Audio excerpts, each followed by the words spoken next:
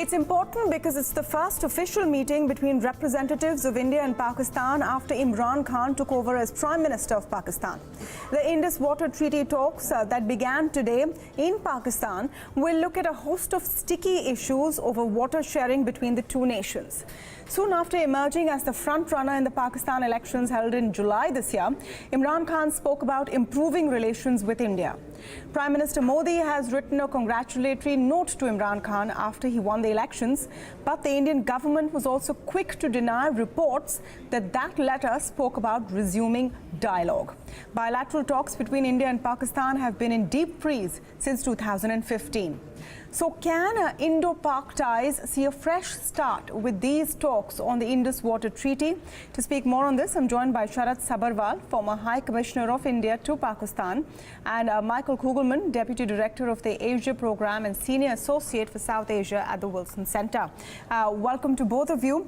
Mr. Sabharwal, how important or significant do you think these talks are, considering that the last round was in March and they're usually held once a year? Well, as you rightly said, this is a meeting of the Permanent Indus Commission, which is headed by the Indus Waters Commissioners of both sides. Now, this, as you know, flows from the provisions of the Indus Waters Treaty, which requires that at least one meeting be held every year, and more meetings as required or requested by either commissioner. You would recall that there was a period when things were so bad in 2016 that no meeting of the commission could be held. As you pointed out, this year the meeting was held in March. The fact that it's taking place within 5 months again shows a degree of thaw in the relationship. But from that, I wouldn't jump to the conclusion that we are about to get into the structured dialogue, which is the 8-track dialogue which we have had in the past. That would depend upon many other things. As you know, the government has taken a very strong position in the past. Terror and talks cannot go together. So there'll have to be substantive signals on that issue which the government can take to the public. There is the issue of Kulbhushan Jadhav, which is hanging fire. And then, of course, we are in an election year. So all this will play its role. Structured dialogue may come down the line, but we have to wait and watch. So I would say a degree of thaw, yes. But what happens next, we don't know yet. Mr. Kugelman, can we really hope for a degree of thaw, considering what a big issue the water scarcity in Pakistan has been in Imran Khan's campaign? And a lot of pundits in Pakistan tend to blame India for their water woes. Issues like the Kishan Ganga project will be a sticking point, you think? Well, yes, you're right. I mean, there is a tendency in Pakistan to blame the Indians for its water distress, even though I would argue that Pakistan's increasingly worsening water insecurity is really rooted more in bad policies and simply not doing enough to maintain leaky infrastructure and also climate change. But certainly as Pakistan's water situation gets worse, and I think it will, that certainly will increase the likelihood that the government in in Pakistan will try to blame India once again and try to bring those grievances to the table in discussions with India about water. But of course, as you well know, India has its own water insecurities and water problems. So I think that water, while it should be seen as a potential area for cooperation, particularly because you have this Indus Waters Treaty that's been out there for so many decades, and the two countries have never fought a war over water. They fought it over other things, but not water. As much potential as we could hope there could be some type of potential for building goodwill through discussing water issues, I think that water could become an increasingly major bone of contention for the relationship, and particularly as water issues become more salient and more problematic in both countries. Mr. Kugelman, also important perhaps to put into context that for Imran Khan, he needs to show his domestic audience that he's talking tough. Will he, in your view, strategically try to use these talks as one issue, or will they be largely left alone politically as they have been in the past? Well, yeah, it's a good question. I think that Khan is going to need to carry out a very delicate diplomatic dance here in these talks and then beyond, thinking through how to work with India, because he has made it very clear in his rhetorical comments that he wants to improve the relationship with India.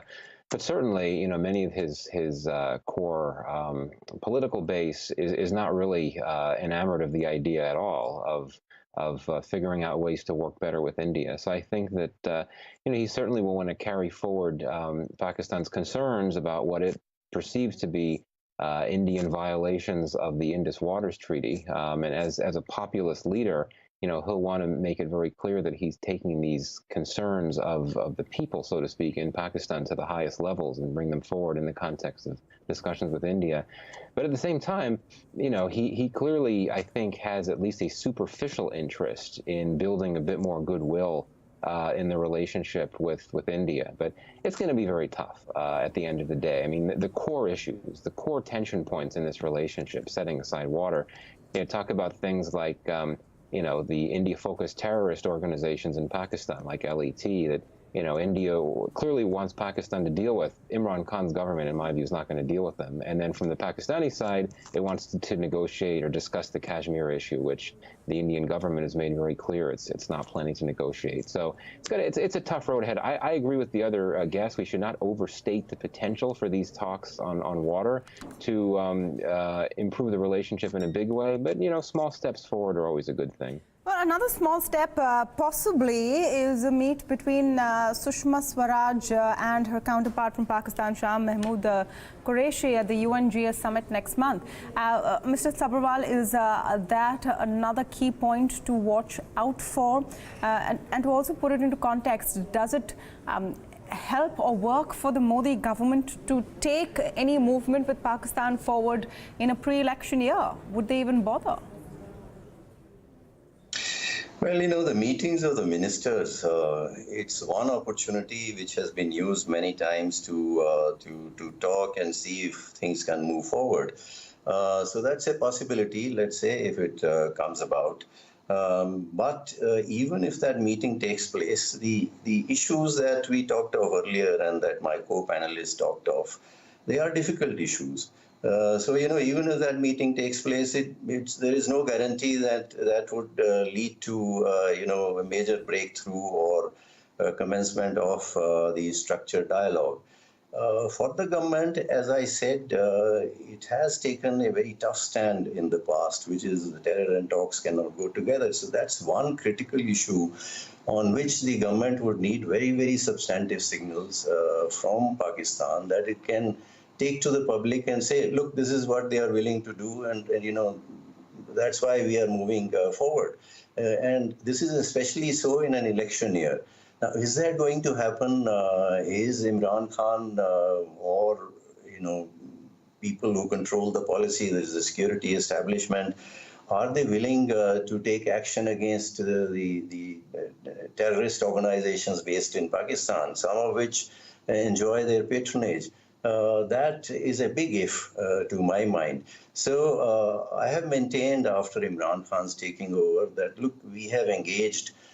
We have no option but to engage with whoever is in power in Pakistan. It's a neighbor, we cannot wish it away.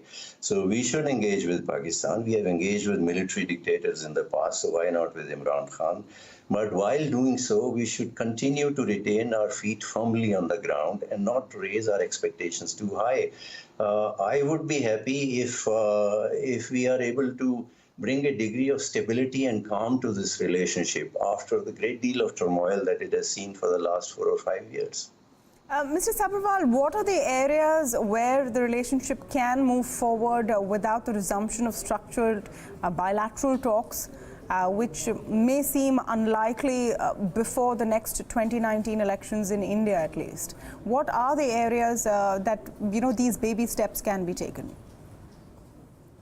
Look, you know, there have been there have been phases in the past, and we seem to be going through that kind of phase now, where the government of India has allowed technical level talks. These are called technical level talks, the Indus Permanent Indus Commission, or you have other agreements, talks between the Maritime Security Agency of Pakistan and Coast Guard of India and so on. Those kind of things can move forward. We have an agreement and a roadmap on trade, which was finalized in 2012 between the Commerce Secretaries, which hasn't been implemented. We signed a new visa agreement in 2012, revised visa agreement, which hasn't been implemented. All those things can be done, but the difficulty is that Pakistan will not move forward on them unless structured dialogue is resumed or visible discussions take place on Kashmir. That's been their demand. Kashmir, Siachen, and so on. So all the 8 subjects, structured dialogue, as I said. Now, that is a big question because of the problems that I mentioned earlier, whether that would be possible. Mr. Kugelman, your view on the same question.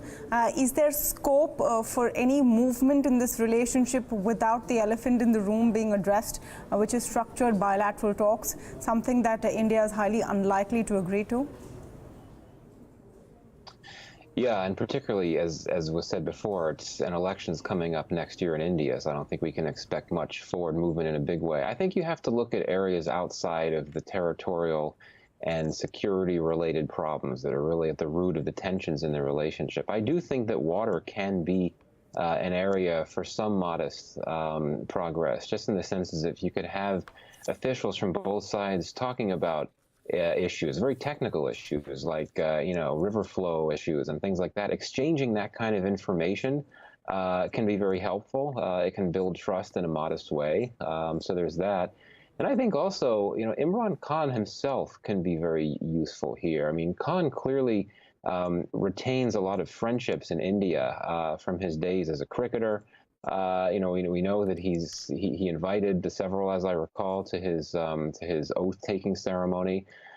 So you could look at Khan as someone that could perhaps spearhead efforts to improve cultural relations and people-to-people relations between India, which I think have really lapsed over the last few years, and particularly since 2016, when the relationship really fell into a deep freeze. So perhaps, he could be the one that it's soft diplomacy, but it's important diplomacy. He could be the one that can bring, cricketers from both countries together, more exchanges between Bollywood and Lollywood, that type of thing. We shouldn't undersell the potential for that type of cooperation, because at the end of the day, it could perhaps build just a bit more goodwill across the board that could improve the overall relationship. But I do think we need to keep our expectations in check, and particularly at least until after India's election next year, when we can look to the possibility of resuming formal dialogue. But I wouldn't hold my breath.